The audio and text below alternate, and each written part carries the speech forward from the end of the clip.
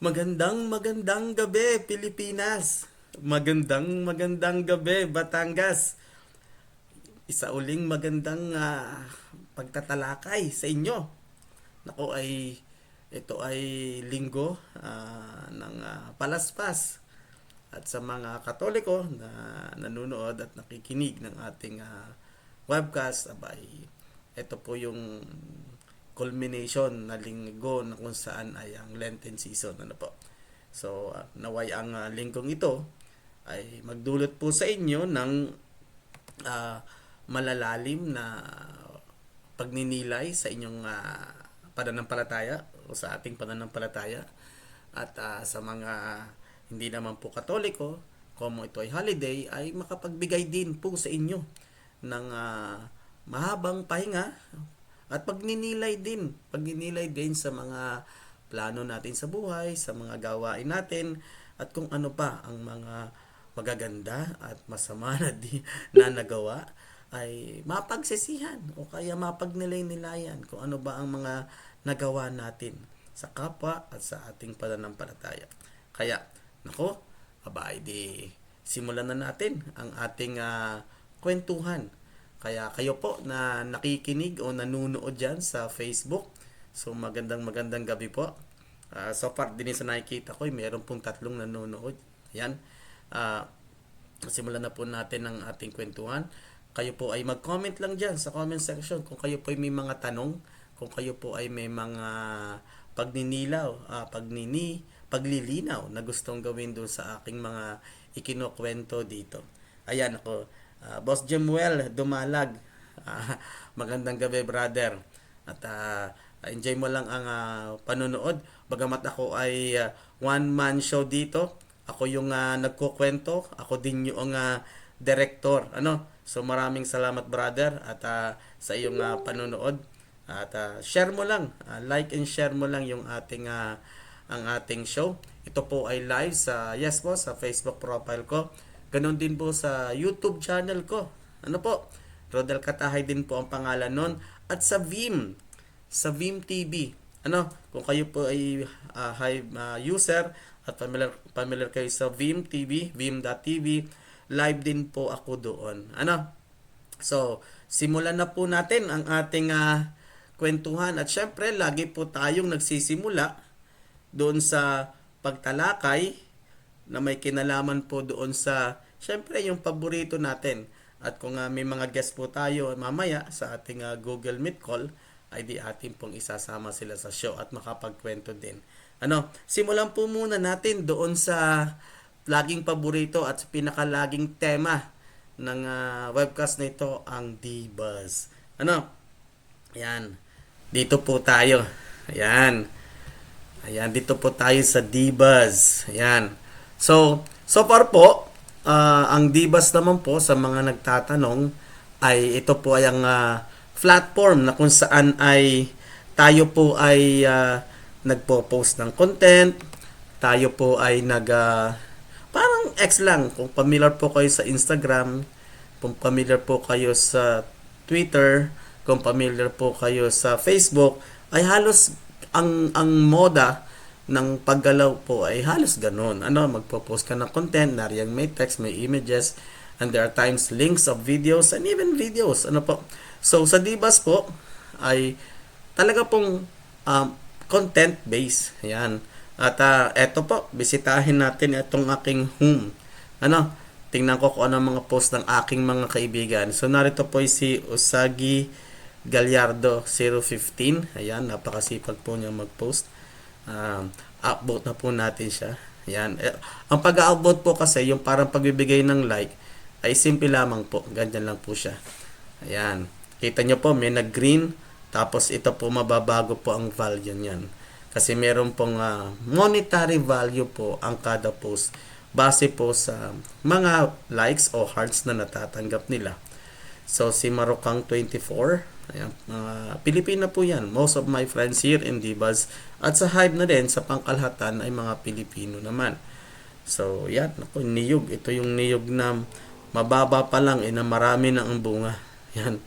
Kaya kapay merong ganyan. Ayan. Yung pandak na niyog ay hitik naman sa bunga. at talagang pag yan talagang puputulin mo na lamang at pakikinabangan, hindi mo na ganong aakyatin. Yan. Si Shadows Pub, talaga pong napakasipag at napakaganda po ng artwork na kanyang ginagawa. Ano? Ayan. Si Gabi Nice, yan, Pilipino din po yan. Eto po, nako, yung aking mga estudyante ay active pong nagpo-post sa Divas. Itong si PRT Ax. Yan, nako.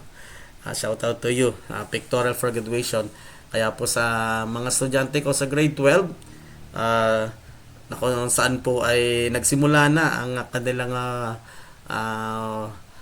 preparasyon sa graduation. Yes, kahit po meron pa pong isang quarter na sisimulan at simula nga bukas ay quarterly exam ng third quarter, pero ika nga po halos isang buwan na lang at mahigit ang kanilang titiisin at bubunuin at makakapagtapos na po ang mga grade 12 student po ng taong ito. Sa aking pong Emerald, sa aking pong Jade, at lalo na po sa Sapphire STEM class, ay nako po, ay congratulations, lahat po kayo makakalampas. Huwag po kayong matatakot. Gawin po na lamang ninyo ang mga ipinagagawa at nako, ayos na ayos po yan. So, salamat po sa pagpo-post. Ito naman po yung nakaraang linggo na field trip nila. Yan. Nag-field trip po kasi sila eh. Yan. Si Ronas Soliva, isa pa rin pong masipag na debuzzer. Nagpo-post po siya ng madalas. Si Arya and Fam. Yan. Madalas po mga alaga niyang pusa ang pinopost niya po dyan. At isa pa rin po sa mga estudyante ko. Ayan. Graduating. Yes, magtatapos po sila. Ayan. So, ang Divas po ay ganito, kung saan po ay kakikitaan nyo po ng mga post na talaga namang social media ang dating. Ano po? Social media po ang dating talaga. At ang kagandahan nga po nito, may monetization. Ano ibig sabihin po ng monetization? Kita nyo po yan. Yan. May value po. Again, itong cryptocurrency naman po ay isang bagay na kung saan unay masalimuot kasi may mga aaralin kayong konsepto. Pero kapag natutunan nyo na unti-unti at na-introduce na kayo sa mekanismo kung ano mang blockchain o cryptocurrency platform na pinasukan ninyo, kayang-kaya nyo na. Kaya wala naman pong hindi matututunan. At katulad nga po niyan, ito pong ganitong klase ng platform kung saan yung content mo ay incentivized, bakit hindi subukan? Yan ka pong value na yan. Yung nakikita nyong value na ganyan. O merong 009 lang, 0.009. Maliit lang, o halos wala. Itong kay Leonard, 002. Abot natin siya para madagdagan yan. Tapos ating i-refresh siya dito. Ayan nga pong ganyang bagay ay talagang nakakwarta. O yan, kita nyo, nagbago na siya. Nasa 0.1 na siya. Ayan nga pong mga talagang bagay na yan ay nakakwarta. Yun naman po. Kagaya po ng Bitcoin na kung saan isang digital currency na binibigyan po ng value ng mga users. Yes, mga user po at mga investor na rin po naman sa US at sa ibang sa maraming bansa ang nagbibigay ng value nito ay talagang may kapalit pong pera. So, ganyan po cryptocurrency. Sa konsepto po ng currency, yan po ay nasa evaluation, nasa valuation, nasa appreciation, nasa pagtingin ng mga gumagamit nito. At ito po ay nagkakaroon talaga ng halaga. Ayan.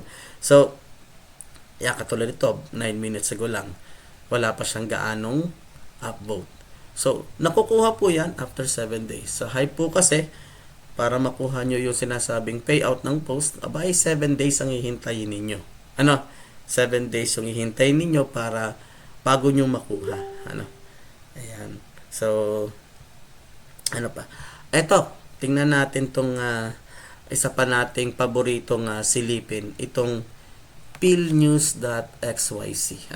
Ito kasi ang online news magazine ng ating brother na si Ed. Si Brother Ed Umbao. So, itong philnews.xyz ay isa pong online magazine, newspaper na kung saan nag-feature po ng maraming mga current news, articles, information na patok sa panahon ngayon. So ito, yung kanilang March 19 na news article, Converge resigns Justin Arana and Alex Stockton. Ayan, sa mga mahilig po sa basketball. Okay? Yan po yung article. Tingnan po natin ito. Itong medyo na itong news po, itong Reddit reveal Bitcoin and Ethereum holdings.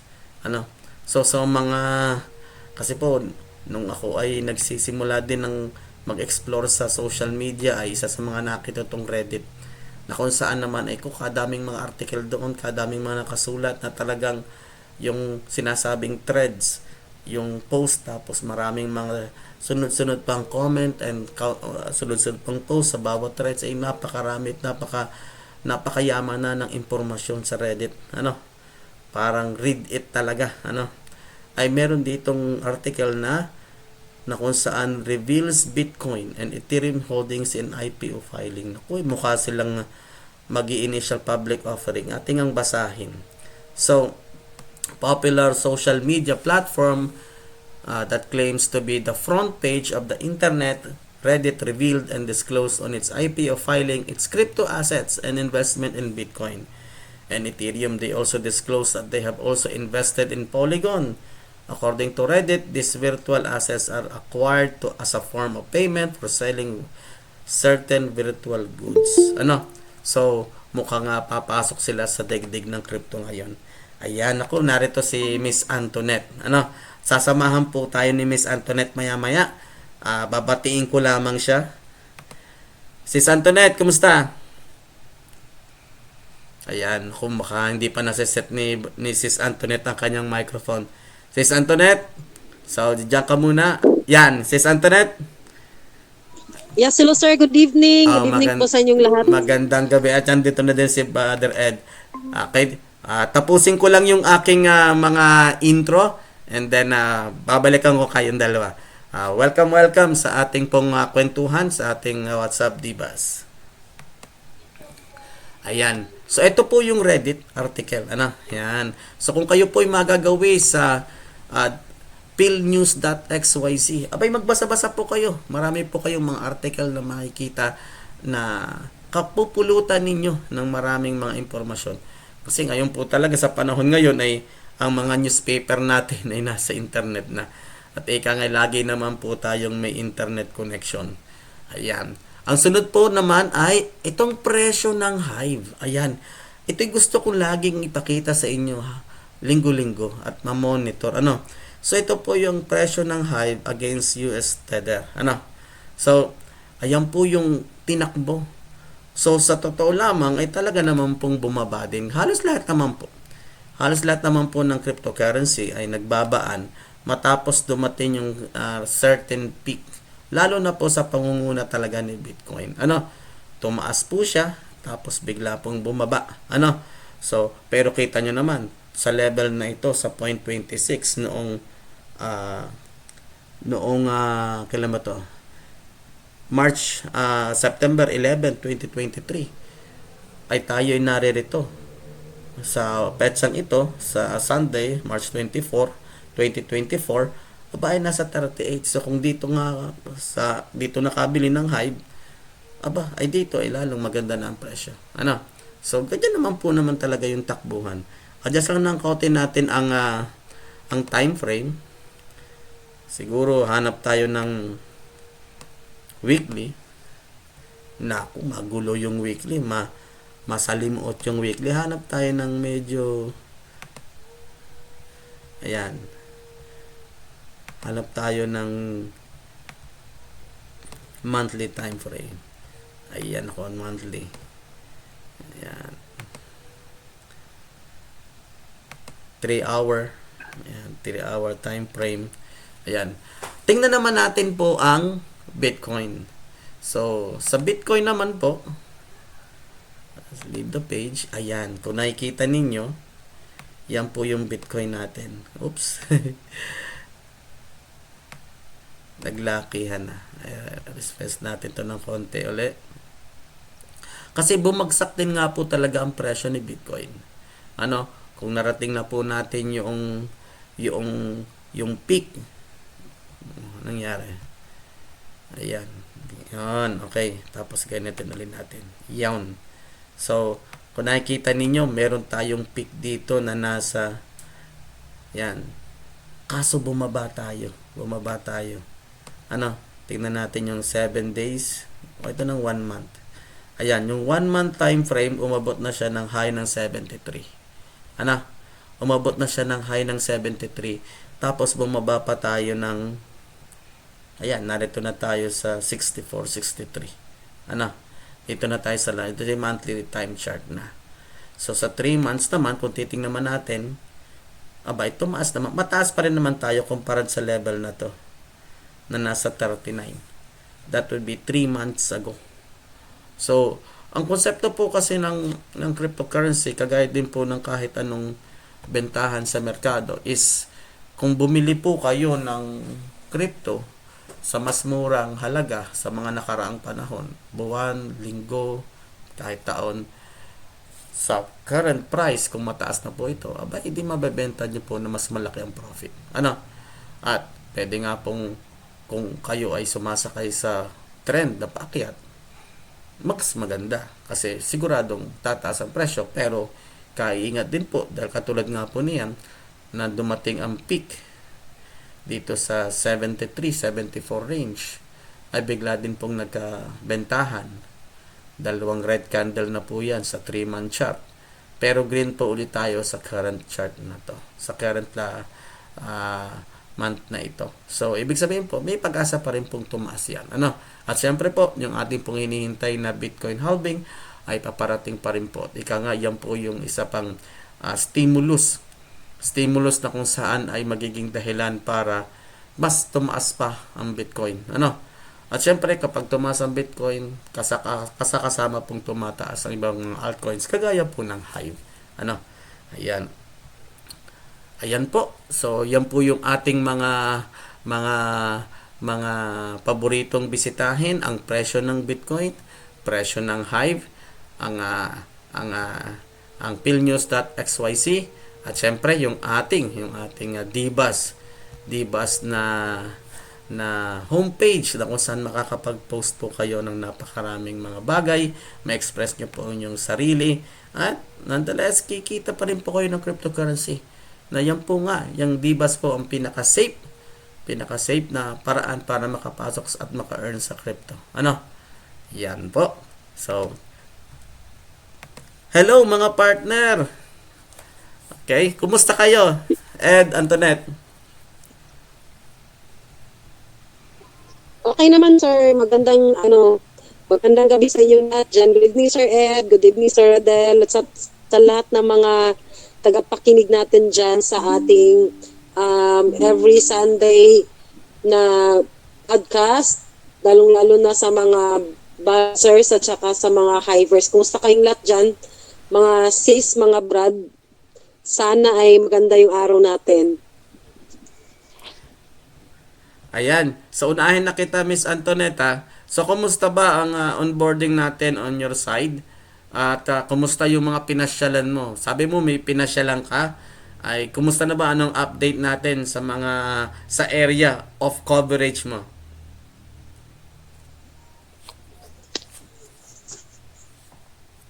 Yes, Sir Ed, nung last week hindi ako naka-attend ng podcast kasi nag-travel ako sa papuntang Malaybalay, Bukidnon para doon ako mag-campaign. Yun nga, nakapag-campaign ako doon, tapos nag-outreach ako sa mga tao, binalita ko yung tungkol sa DBAS at saka sa Hive. Sa kanila, tuwang-tuwa sila kasi ngayon lang daw nila narinig yun. Kung matagal na daw sana nilang narinig yung tungkol sa DBAS. Tapos yung iba, nag-PPM sa akin, medyo nahihirapan gumawa ng account dahil nga ngayon sa merong limit na yata yung DBAS creation ng account natin. Pag hindi kasi na-actual talaga kasi sila, mahihirapan talaga silang mag-create ng account. So, mangyayari nito is, kasi hindi pa nag-i-start talaga yung Kaamulan Festival, sa mismong opening ng Kaamulan Festival, may plano akong bumalik doon. Kasi at the same time din, ginagamit ko kasi yung mga pictures na pang-post ko sa hive.blog. Yun, mga dalawa yung purpose ng natin, ng travel. Yung isa is yung sa outreach natin, sa pamamahagi ng magandang balita tungkol sa hype at saka sa Divas. Yun din yung sa pag onboarding sa kanila. Kaya lang kasi nung nandun ako nung time na yun, hindi ako nakapaghanda na yung ano pala nila doon, yung signal pala ng nila, walang baga parang dead spot yung globe, parang ganun. Yung malakas doon is smart pala. Dapat pala lahat ng SIM cards meron tayo, ready tayo para at tawag ito, maipakita natin sa kanila yung yung app talaga natin mismo. Pero babalikan naman natin kasi yun nga, gusto ko ring ma-audience din yung Kaamulan Festival at saka at the same time, yung mga in-invite ko doon, babalikan ko sila para magawan ko ng ibang paraan, baka maipasok ko sila sa Leo or kaya sa SNC na sa pag-create ng Divas account or Hive.blog account. Sis, so yung bang mga tao doon sa napuntahan mo ay familiar na sa cryptocurrency, sa Bitcoin at iba pang mga altcoins? O talagang bagong-bago sa kanila at eto palang Hive or Divas ang na-introduce sa kanila? Actually, sir, zero talaga yung idea talaga nila about sa cryptocurrency kasi alam naman natin na yung Kaamulan Festival is more on mga native, mga indigenous people, parang blanco pa talaga. Kaya mas maganda talaga mai-push din sa kanila yung about sa cryptocurrency, sa Web3. Kaya babalik-balikan natin para kasi meron sana akong meron sana akong invite doon na na siya, teacher kasi siya doon, meron siyang idea sa crypto, kaya lang nagkataon na nag-travel din siya. So the next time na babalik ako, kailangan timing na andun siya para makausap ko rin yung mga co-teachers niya, mga ganon. Mas magandang timing siguro yung ganon na ma-set ko talaga na wala siyang schedule din para sa ganun. Kasi siya, nagtitrade talaga siya. Ngayon, nahihirapan lang siya kung paano magsimula sa Hive.blog at saka sa Divas. Yun.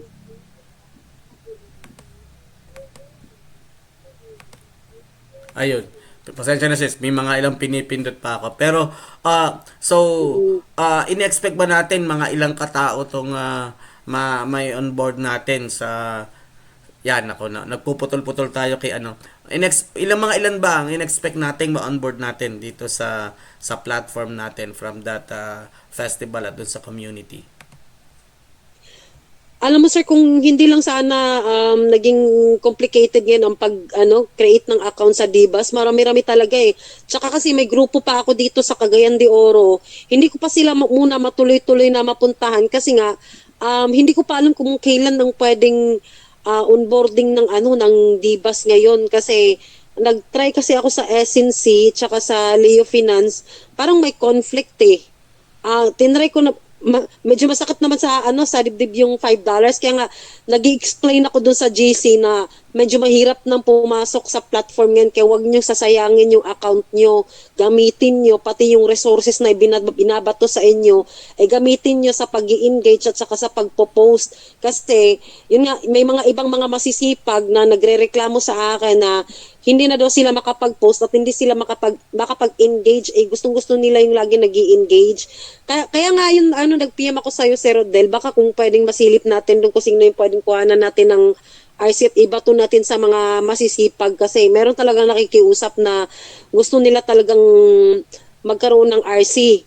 Kasi hindi naman natin expect din yung binigyan natin ng RC na hindi rin mag-active din pala. Sayang Ibis dapat mapunta sa tamang tao na yun, nagsisipag. Meron ako magandang ito, ang tawag nito, balita, may parang motivation to sa mga newbies. Alam nyo ba, meron akong isang newbie na sa umpisa, masipag siya mag-post, tapos tumigil. Tapos, ewan ko kung ano nakakapag-motivate sa kanya, baka yung mga post ko tungkol sa mga earnings ko, yun, nagtuloy-tuloy. Tuloy-tuloy lang siya nagtuloy-tuloy, nagte-trending sa Divas, alam niyo ba ngayon na gumaganda yung kita niya sa Hive.vlog? Per post niya ata nakakapag $5. Pero di na masama ha, para sa newbie na ganun. Ang tawag nito yung parang sinundan niya lang kung ano yung post ko, kung ano yung mga tinuro ko. Yung shout out kay Eileen, yun proud na proud ako sa kanya talaga kasi imaginein mo, yung reputation niya is 55 na. Kumbaga from nothing, 'di ba? Tapos biglang naging 55 na yung reputation niya. Konting kembot na lang 'yan. Ituloy-tuloy mo lang 'yan yung mga natutunan mo, yung long post na parang nakukuha na niya kasi yung pasikot-sikot kumbaga. Kaya yun nakakaipon na rin siya. Alam ko marami na siyang ipon na HBD, kaya lang hindi niya lang sinasabi. At gusto niyang i-hold muna. Kadalasan kasi sa atin ngayon sa mga nagpo-post sa Divas at saka yung sa Hive.vlog, meron talagang ibang nag-hold lang at ayaw munang mag-encash kahit na meron naman tayong mga encasher. Meron namang iba na nag-i-encash talaga. Katulad sa akin nung nakaraan, nung medyo nag-bullrun ng konti, nag-cash out ako pero more on holding pa rin tayo. Yun, shout out sa mga newbies. Wag niyo tigilan. Magpatuloy lang kayo mag-post, mag-engage, magpasiklab kayo dun sa mga sa mga wheels, yung may mga matataas yung high power tsaka matataas na reputation, yung nakipag-friendship kayo sa nila yon. Kasi alam mo ako, ang tawag nito, meron akong isang ang tawag nito, isang sinusundan na buzzer, si Malab. Pag nagko-comment ako sa kanya, ina-upvote niya talaga yung, at saka ang ganda ng yung earnings ng upvote niya sa comment, zip mo 0.34, di ba? Nag-comment ka lang, kumita ka na ng gano'n, di ba? Kaya mga newbies, sipag-sipagan natin, sipag at saka lang talaga yan at para pasasaan ba't magsasaksi din tayo dito sa Hive at saka sa Divas din. Well, ito po talagang vlogging sa Hive, bagamat totoong free money siya from your content, incentivization of your content. Pero nga, may natural barriers kasi sa content posting. Minsan, talagang wala ka sa mood mag-post, wala kang may content, lalo't ito ay written o kaya with image. So, nga, pumipili talaga ang blockchain din ng masisipag na users. Pero, isip-isipin lang muna natin. I mean, tayo, henerasyon natin, ang current generation ng mga tao ngayon ay nasa online. Maraming totoo at ang maraming kitaan online. So, ang isa dito is itong cryptocurrency na kung saan ang platform na ito nga pinipresent natin is Divas and Hive. Na kung saan, kumbaga kung magsisipag ka lang, ay meron kang free money from your content. Siyempre, tayo namang may mga trabaho, may mga gawain na sa buhay, hindi naman natin kailangang patayin ang ating sarili, lalo't kung meron naman tayo ng pinagkakakitaan. Pero, nga, pwedeng sabihin nating sideline, pwede nating source of cryptos na kung saan hindi na natin bibilhin. Alam mo, talagang ang Bitcoin medyo nagmura pero walang bumibili gaano eh. 'Di ba? Pero nung nasa 70, nagbibilihan yung mga tao, pero bakit ngayon walang ganong bumibili? Pero pag umangat uli yun, magkakabilihan. Ay much more kung hindi mo siya bibilhin, kagaya nito. Imagine this, yung kikitain mo sa Hive, ibebenta mo, exchange mo to Bitcoin o to US Tether o to USDC. 'Di ba? Parang idadump mo siya. And that is one way in entering cryptocurrency.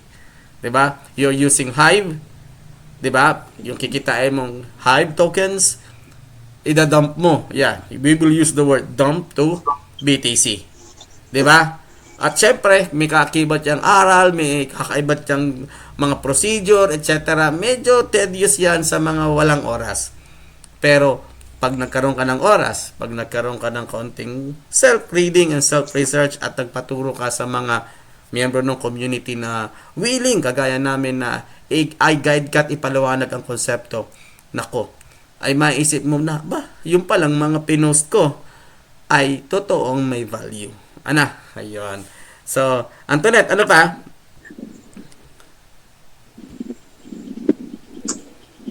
Yes, advice ko lang din, ito based in my experience.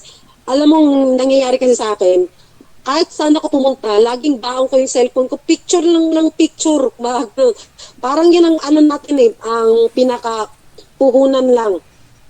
Yung picture lang natin, tapos i-explain lang natin kung anong ginagawa natin dyan sa mga activity na yan, kung anong, kumbaga, i-describe mo lang kung anong meron doon sa picture doon, kung anong ginagawa nyo, kumbaga ganyan. Medyo gandahan mo naman ng ano, pag-present din, mag-effort naman din. Mga ganun. Hindi, walang sayang at walang tapon yung pictures natin dito kaysa sa magpo-post tayo ng kung saan social media tapos hindi naman tayo, wala namang balik kumbaga sa atin. At saka yun nga din, pwede natin may exchange into Bitcoin din. Parang magandang idea yun, sir. Parang nakakuha ko ng idea sa'yo na pwede ko, oo nga pala, no, pwede ko pala siyang may exchange into Bitcoin para may hold akong Bitcoin. Kasi dati lagi ako namang problema, gustong bumiling Bitcoin tapos wala akong pambili. Yun nga, pwede pala yung Hive iti-trade into Bitcoin. Oo naman, talaga namang, actually ginagawa naman talaga yon. Earning from the reward pool. Yung reward pool kasi yan, doon kinukuha yung pondo na pang reward sa mga nagbablog dito sa Hive. So, depende rin yan sa mga voters o upvoters o nagbibigay ng upvote o thumbs up sa mga post. Pero nonetheless, if you earn Hive, abay, pwede mo na siyang exchange sa mga crypto exchanges para sa ibang altcoins, Ethereum, of course, syempre, Bitcoin. Sa panahon ngayon, okay lang naman ibenta mo si Hive. Ang maganda nga kay Hive, ibinebenta mo, binibili, itinitrade baga. O kaya naman, iniipon mo siya pang tulong naman sa community as Hive Power. So, anumang strategy at marami kang strategy mabubuo dito sa platform na ito ay laging beneficial una sa user. Bakit? Kasi mura lang niya o at least free niyang nakukuha yung cryptocurrency. Pero syempre, meron din namang skills na nakukuha siya o na-enhance sa kanya. Syempre, tayo na nasasanay sa social media, nasasanay bumuo ng content, nasasanay magsulat, nasasanay mag-edit ng photos and even videos, ay yung ating effort ay nare-reward. At yun lagi ang maganda. Nare-reward yung creativity mo sa isang platform at yung incentivization, sabihin na natin yung tokens, yung crypto, ay napapalaki mo pa at malaki pa ang chance ang lumaki. Di ba? So, ay, sa bandang huli, peso din naman ang bagsak eh. Kasi, gagawin din nating ibenta, ipalit ito into peso. Di ba? Yan. Medyo nawawala-wala lang yung connection, pero tuloy tayo. Again, pwede po kayong kumita ng Hive gamit po ang platform na Dbuzz. At syempre, ay maibenta mo o maipagpalit mo ito sa Bitcoin. Yan ako, sis. Tama ang strategy yan. Sis Antoinette? Yes, parang naiisip ko nga rin eh. Kasi 'di ba, gustong-gusto ko mag-stake. Ngayon wala akong pang-stake, wala akong puhunan. Ngayon naiisip ko na yung puhunan ko is yung mga pictures ko na ang tawag nito, ipo-post ko sa Dbuzz at saka sa Hive. At pwede ko nang i-exchange dun sa isang platform sa exchange sa Binance at pwede ko rin pala siyang gamitin pang stake din yun. Mapapalago ko pa kumbaga ganun. Parang sir, libreng crypto para sa lahat na talaga eh. Parang lahat ng gusto mong gawin gusto mong gawing USDT, gusto mong gawing Bitcoin, gusto mong gawing Shiba or kung ano pwede. 'Di ba? I-trade mo lang yan siya eh. Yun talaga. Kasi kumbaga, again, kung ito marirealize to ng maraming mga nasa crypto na, yung mga Pilipinong, ito na, sumasakay na sa airdrop, so ito na, yung sanay na sa mga crypto projects, kung magagawa lang talaga nilang ma-realize that Hive is also a means to earn tokens and a bridge for them to enter the broader spectrum of cryptocurrency, ay hindi ka mananawang mag-post sa Hive o mag-post sa Dbuzz. Kasi it's free, it's easy, 'di ba? At mas mapapalaki mo pa ang token holdings mo from the Dbuzz Hive platform.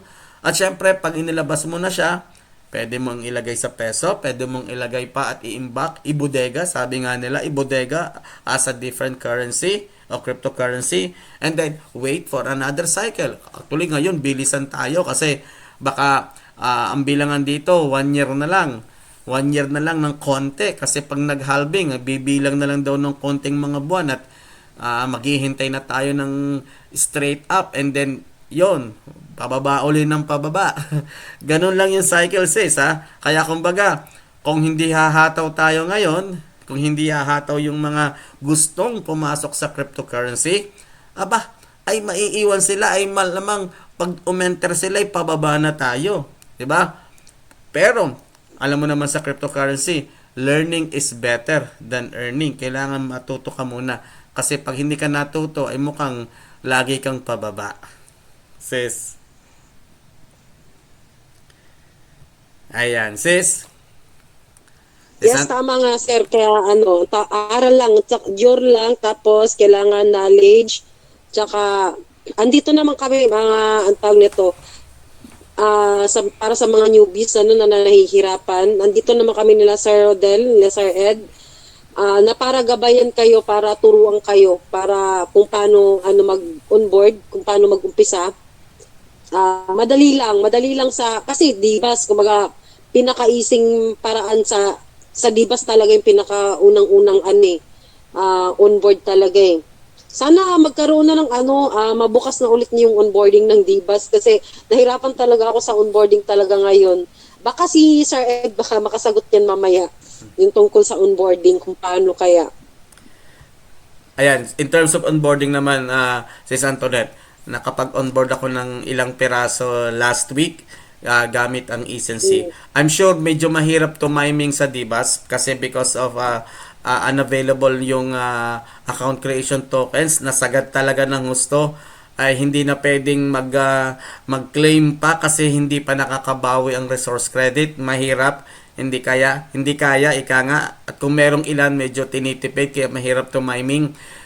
Ganun din naman sa Ecency, may mga pagkakataong hectic, pero kung paisa-isa lang at moment, halimbawa sa isang araw ay merong isang personal mong tuturuan, ipasok sa Ecency, gamitin lang yung register for free, tapos i-email ni Ecency yung iyong password, pasok ka na.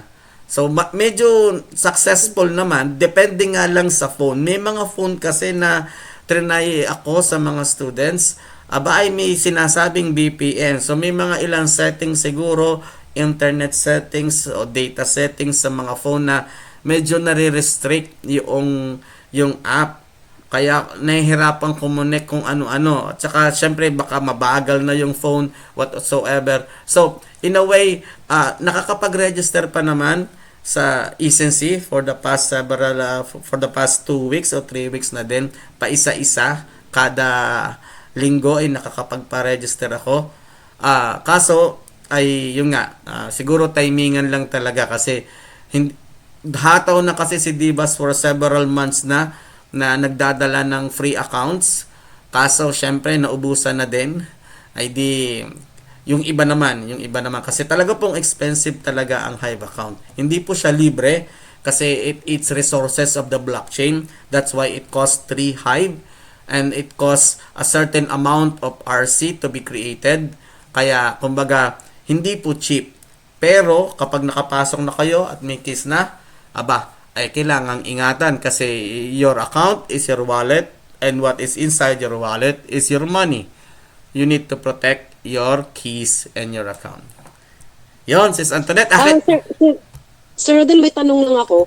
Kasi Sige. yung ipinasok ko sa SNC, di ba, gumawa ng username, tapos yung ginagamit yung email niya. Ngayon, meron nang ibinigay na keys. Pagkatapos ba nung binigay na keys, kasi pag inilagin ko siya, ayaw mag-login. Bakit kaya? Doon ako na problema kung ano kayang dahilan. Di kaya sa internet niya or... Actually, kung pwede mong i-test siya sa ibang device, kasi halimbawa, may mga cellphone siguro na ang dami siguro kung ano man nangyari sa cellphone, bakit hindi. Kasi automatic kasi merong own browser. So, ang payo ko palagi, mag-download ng Chrome, mag-download ng Firefox sa mobile phone at doon ilagay. Kasi pag susundin mo lang kung ano yung browser available kay Messenger, kasi halimbawa, laging kay Messenger ka makiklik ng link, may lalabas na browser, minsan baka kung ano mang settings ng browser na yun hindi connect. O pwede namang manipis lang talaga ang data, hindi mag-push through. So, mas magandang i-test talaga siya sa may stable internet at medyo mas mabilis-bilis na device like laptop o kaya yung mabilis-bilis na phone. So, basta may password na, I'm sure may account na. Kasi yun naman yun eh. Ang kailangan na lang talaga matest siya outside. Eh, como syempre, ang kadalasan, like for my case, mga estudyante, hindi naman talaga, kumbaga, parang passing ka lang the whole period. Eh, kung tapos na yung period mo, hindi mo na mafa-follow up. Minsan, iba na yung gamit ng phone. O kaya talaga walang data, walang internet. Pero, minsan, on the spot, sa klase, nakakagawa kami ng account. Naituturo ko step by step. Nakakapag-post na din. Within the 20-minute range, 30-minute range, nakapag-post na yung estudyante ng isa. So, okay na, alam na niya. So, syempre, it really depends on the case per phone, per the type of phone, per the internet connection.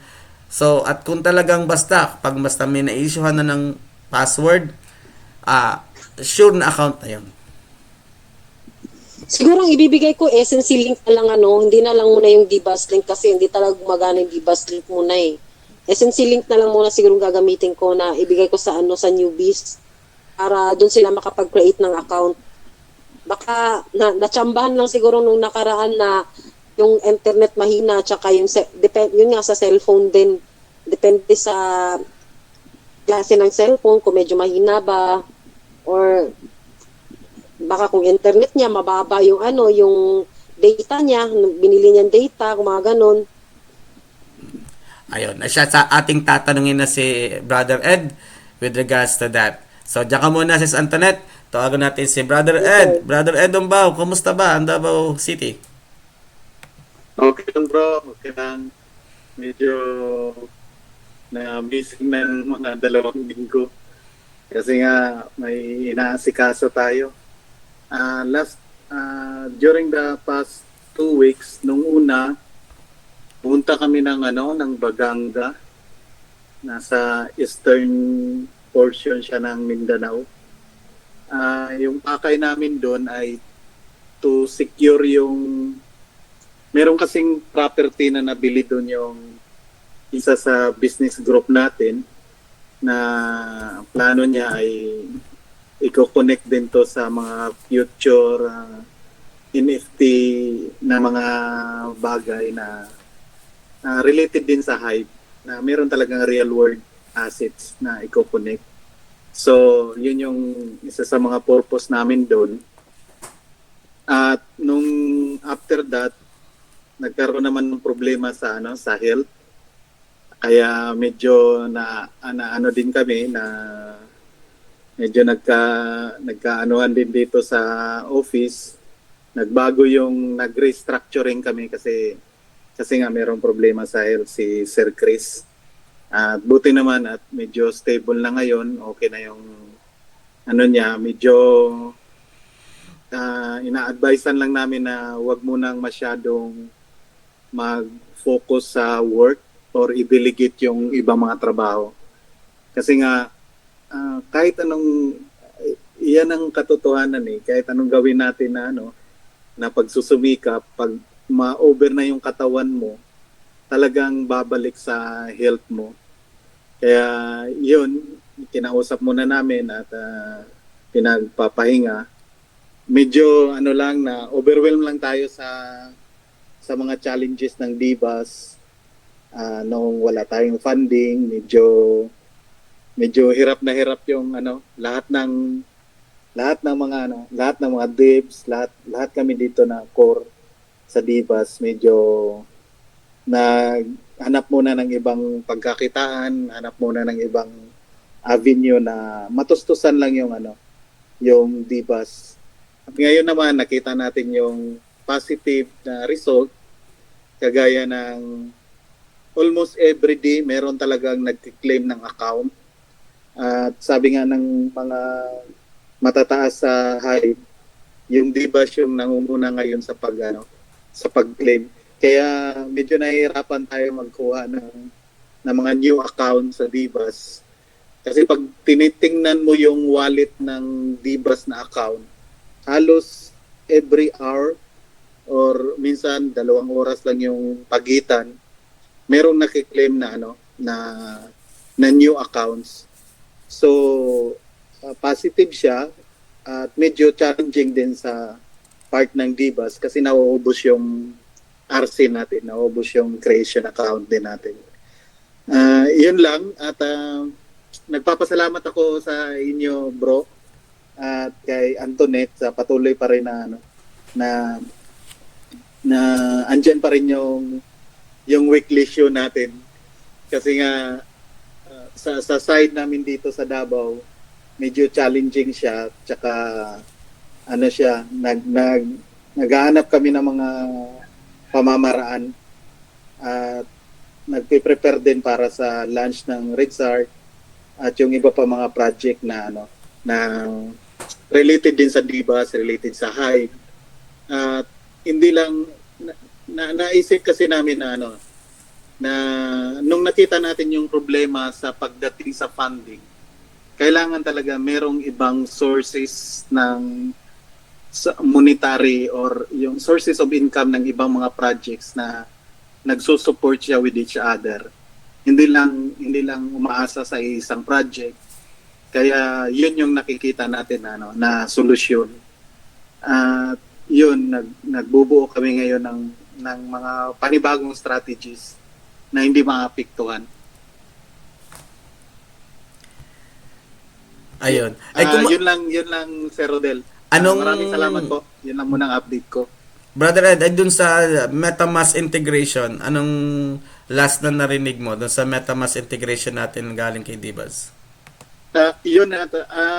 Yung sa MetaMask integration naman, ginagawan pa ng paraan na ma-perfect yung kasi nga nung naglabas tayo ng isa sa mga problema natin nung nakaraan, yung sa beta version, nagsabay-sabay yung problema sa Hive, yung na-compromise yung isa sa yung kay Arkens, tapos yung sa atin din nagka-problema dun sa mga code. So ayaw ng Divas na maulit yung mga ganong pangyayari. Kaya ngayon hindi basta-basta na maglabas ng niya, kailangan siya clear siya lahat or clean na paglabas ng nasa na talaga, hindi na siya beta. Kailangan kung maaari wala na siyang problema na ibabalik uli yung dating version. Kaya medyo maingat tayo ngayon sa paglalabas ng mga panibagong updates at panibagong at si Asher naman yung main devs natin, nagkataon din na nag-transfer siya ng place. So pumunta siya ngayon sa sentro ng Pakistan ata mula sa province. Kaya medyo yun yung isa sa mga challenges na hindi magkakasabay yung devs dito sa Pinas at yung kay Asher. Pero ginagawan pa rin natin ang paraan na na masolusyonan yung mga updates sa Divas sa DivWorld. Alam mo mga listener, hindi po ganun kadali kasi ang code, yung pagde-develop po ng mga ganitong mga bagay, applications, talaga pong kung nasulat mo yung code, nako, sandamukal namang testing ang gagawin mo para ma-release mo yung sadyang kumbaga production na application na yan. Sis Antoinette, may katanungan ka? Yes, may tanong ako kasi nung ditong last week nagkaroon ng problema sa posting sa peak day. Nung time din na yon, yung last week, medyo lag yung Divas. Hindi ba nagiging yan, isang dahilan din kung bakit nahatak ba yung Divas, nagiging lag pagka medyo nagka-problema sa Hive, kung may problema sa posting sa sa Hive or kaya sa peak day, kasi yung pictures nung nakaraan hindi siya nagpo-post, link lang ang lumalabas, tapos pag ikinilik mo na yung post, na-post na, tapos hindi siya ang tawag nito, hindi siya lumalabas na successfully posted na kumbaga ganun.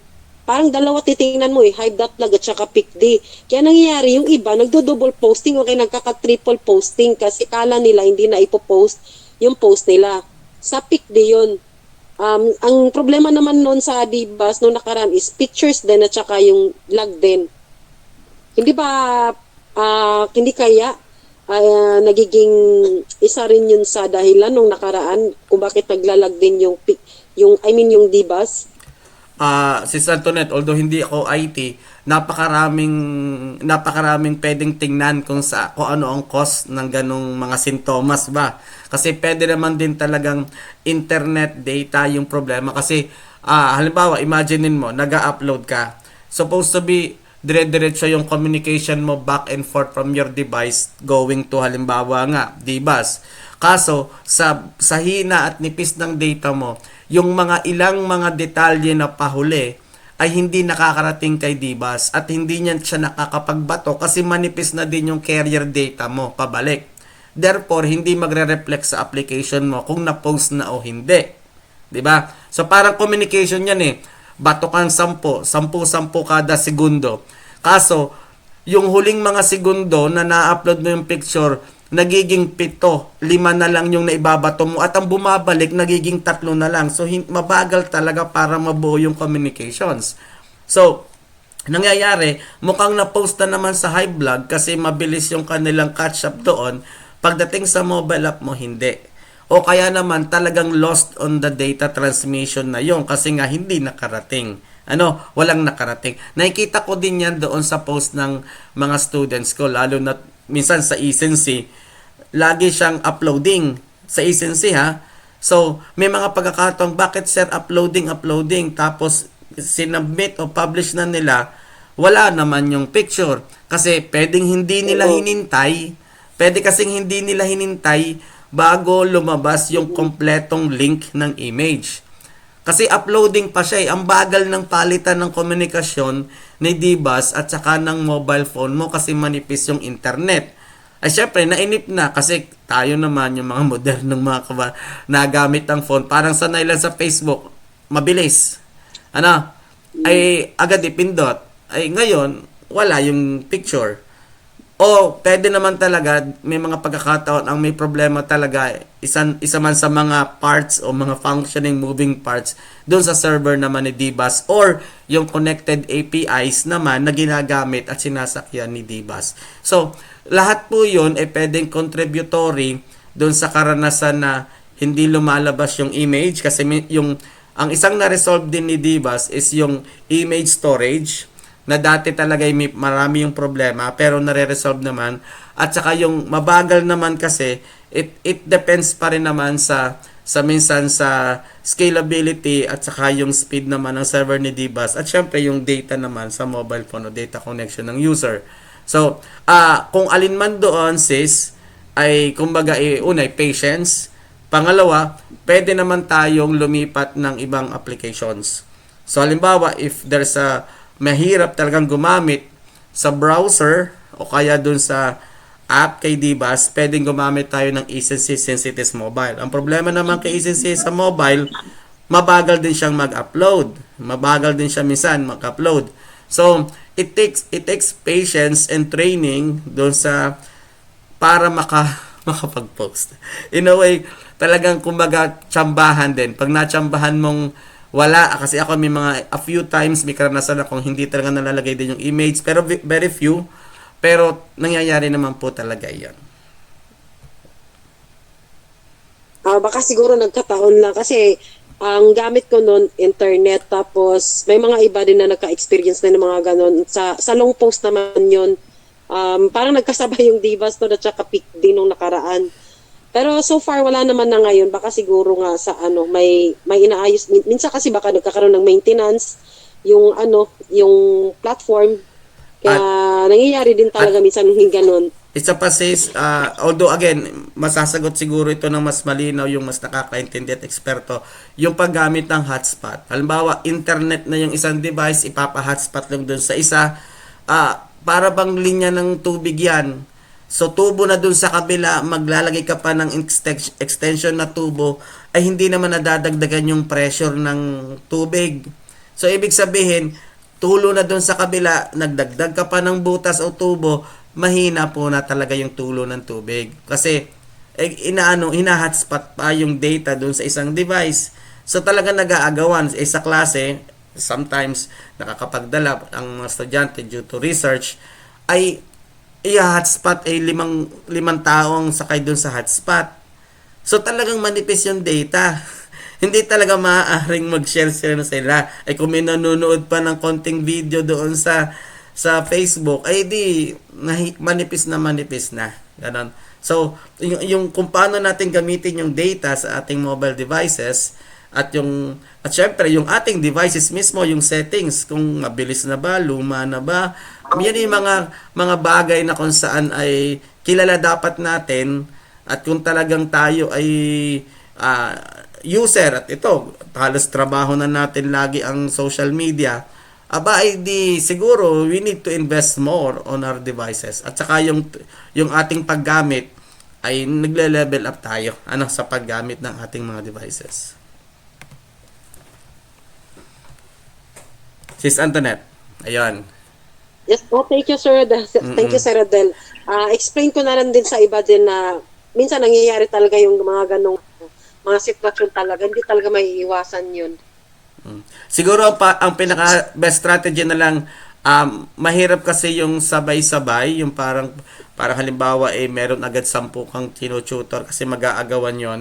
Siguro kung pwedeng schedule mo na lang na one-on-one, laging one-on-one, o kaya naman kung magbabahay-bahay ka ay isang household na lang na ang target mo ay isa, para nagagabayan mo at magagamit mo yung phone mo. Actually sa phone mo, kung device mo ang gagamitin, kailangan magagamit ka ng private browser para doon sa browser na hiwalay ang gagamitin mo, kasi kailangan lang naman i-access. So halimbawa, pag gagamit ng laptop mo, magre-register siya for an account, so kailangan mabuksan mo din yung email niya doon sa private browser ng desktop mo o laptop mo or mobile phone mo.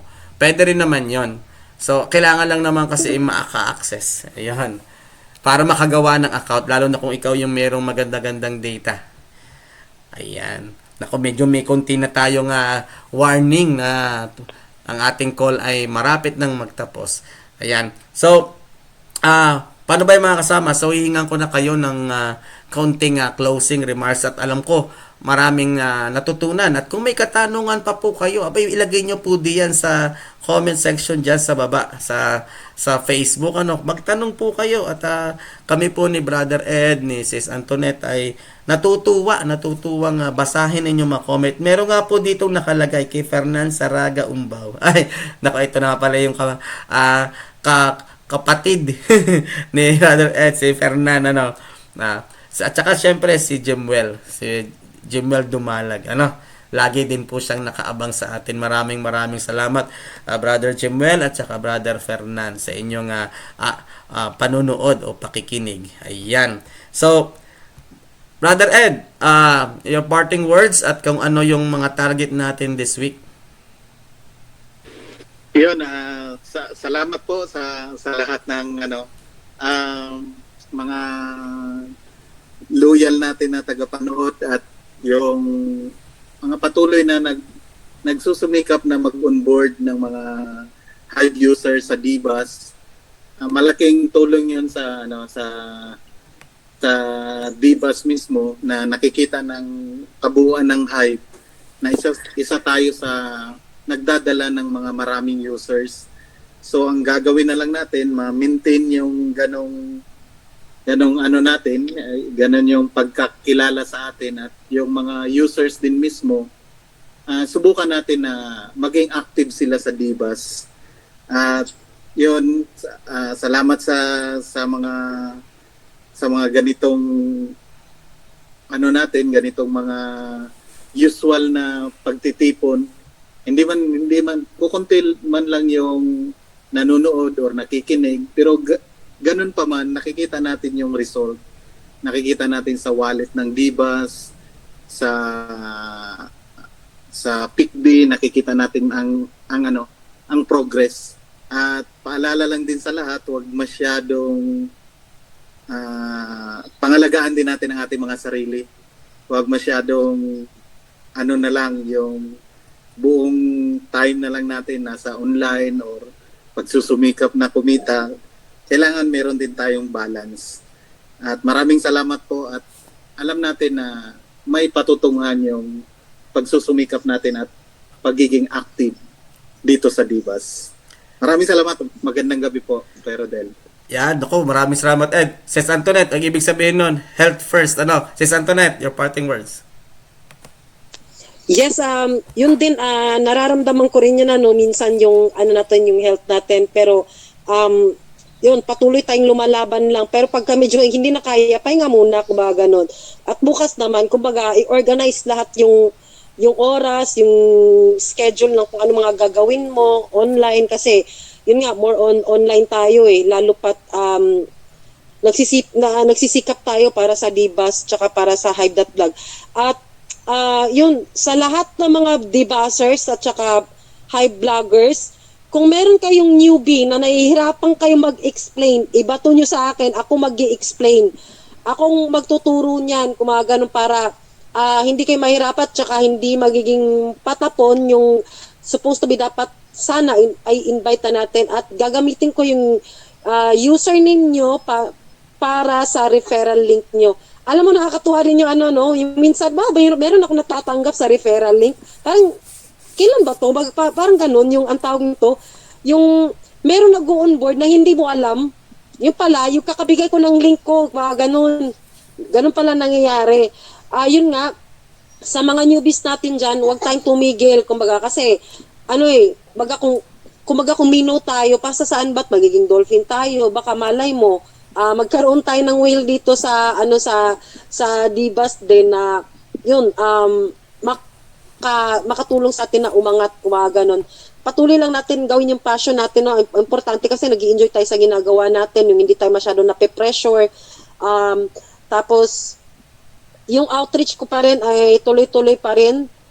Baka nitong i-figure out ko kasi talaga muna na kailangan ko makapasok talaga muna sa SNC bago ko tuloy-tuloy na humakbang ng dire-diretso para wala nang pag-abirya, kumbaga pagdating ko doon sa isang lugar kasi barangay yung pupuntahan ko doon na ang tawag nito yung susunod kong target na mag-outreach, yung mga nanay, na mga baga gano'n, naghahanap ng ibang pwedeng pagkakitaan, mga gano'n.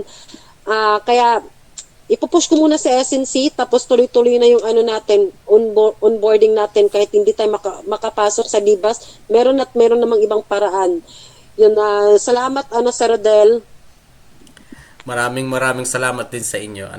At yan, nako, hanggang sa muli. Nako, at ika nga, shoutout din muna po sa aking mga estudyante sa ABM at saka sa aking STEM student na ang ilan sa mga yon, mga kasama Ed at saka Antoinette, ay nakakapagbenta na ng HBD. Alam mo, yung challenge ko sa kanila ay natutupad.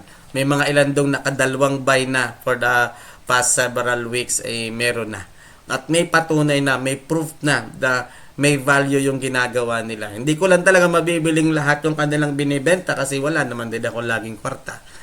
Pero nonetheless, they are learning from what we are teaching them about cryptocurrency and this blockchain. At syempre, mas malayo pa ang mararating ng mga yan when they go delve deeper into the cryptocurrency technology and blockchain. So, nako, maraming salamat sa inyo. At ayan, tayo ay magkikita-kita uli. Tayo po ay magkikita-kita uli sa susunod na Sunday. Na kung saan Sunday pala ay Easter Sunday. Ayun pero i-advance ko na. Sa Easter Sunday pa po pala tayo mag-i-skip muna ng ating show. Kasi Easter Sunday po iyon. Ito ay padadaanin muna natin itong weekend ng tahimik at nagninilay. Pero pagkatapos po ng Easter Sunday, yung following Sunday, balik na po tayo uli. So, mga kasama, maraming salamat po sa inyo. Hanggang sa muli po. Bye-bye po at magandang gabi. Yes, good night Sir Rodel. Good night Sir Ed. Bye-bye pa. Good night. Maraming salamat. Good night.